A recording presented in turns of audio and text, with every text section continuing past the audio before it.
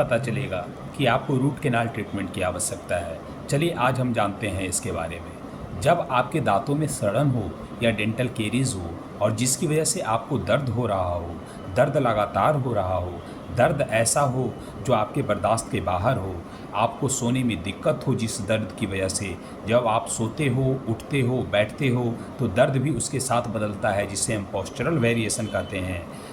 Problem कहीं और दर्द कहीं और महसूस होता हो जिसे हम रेफर्ड पेन कहते हैं। अगर ये सारी समस्या है तो ये दिखाता है कि उस दांत में रूट कैनाल ट्रीटमेंट की आवश्यकता है। जब आपके दांतों में दर्द हो और आप दवा ले रहे हो और दवा से भी आपको आराम नहीं मिल रहा हो तो ये दिखाता है कि उस दांत में रूट कैनाल ट्रीटमेंट की आवश्यकता है। जब आपके ऊपर के दांत और नीचे के दांत एक दूसरे के संपर्क में आते हैं और जब संपर्क में आते हैं तब आप ज़रूरत से ज़्यादा फोर्स लगाते हो दांतों पे, तो जिसकी वजह से लॉस ऑफ टूथ स्ट्रक्चर होता है जिसे हम एट्रिजन कहते हैं। एट्रिजन जब आपको होता है या आपके दांतों में लॉस ऑफ टूथ स्ट्रक्चर होता है और जब आप कुछ ठंडा या गर्म खाते हो या पीते हो और उसके बाद उस दांत में सेंसिटिविटी होती है और सेंसिटिविटी ऐसी होती है जो आपके बर्दाश्त के बाहर हो, तो यह दिखाता है कि उस दांत में रूट कैनाल ट्रीटमेंट की आवश्यकता है।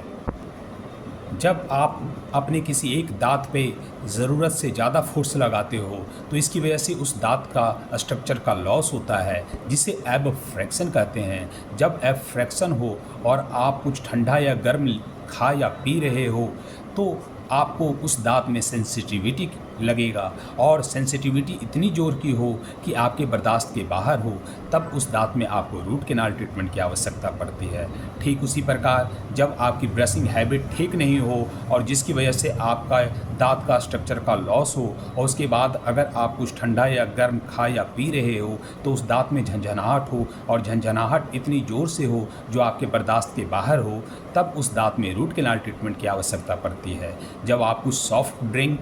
या कोल्ड ड्रिंक पीते हो तो उसकी वजह से दांत के स्ट्रक्चर का लॉस होता है जिसे इरोजन कहते हैं। जब आपको इरोजन की समस्या हो और आप कुछ ठंडा या गर्म खा या पी रहे हो तो जिसकी वजह से उस दांत में झंझनाहट हो और झंझनाहट आपके बर्दाश्त के बाहर हो, तब यह दिखाता है कि उस दांत में रूट कैनाल ट्रीटमेंट की आवश्यकता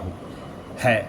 ठीक उसी प्रकार जब आपके दांत में चोट लगे और चोट लगने की वजह से आपके दांत का कलर चेंज हो जाए तो ये दिखाता है कि उस दांत में रूट कैनाल ट्रीटमेंट की आवश्यकता है।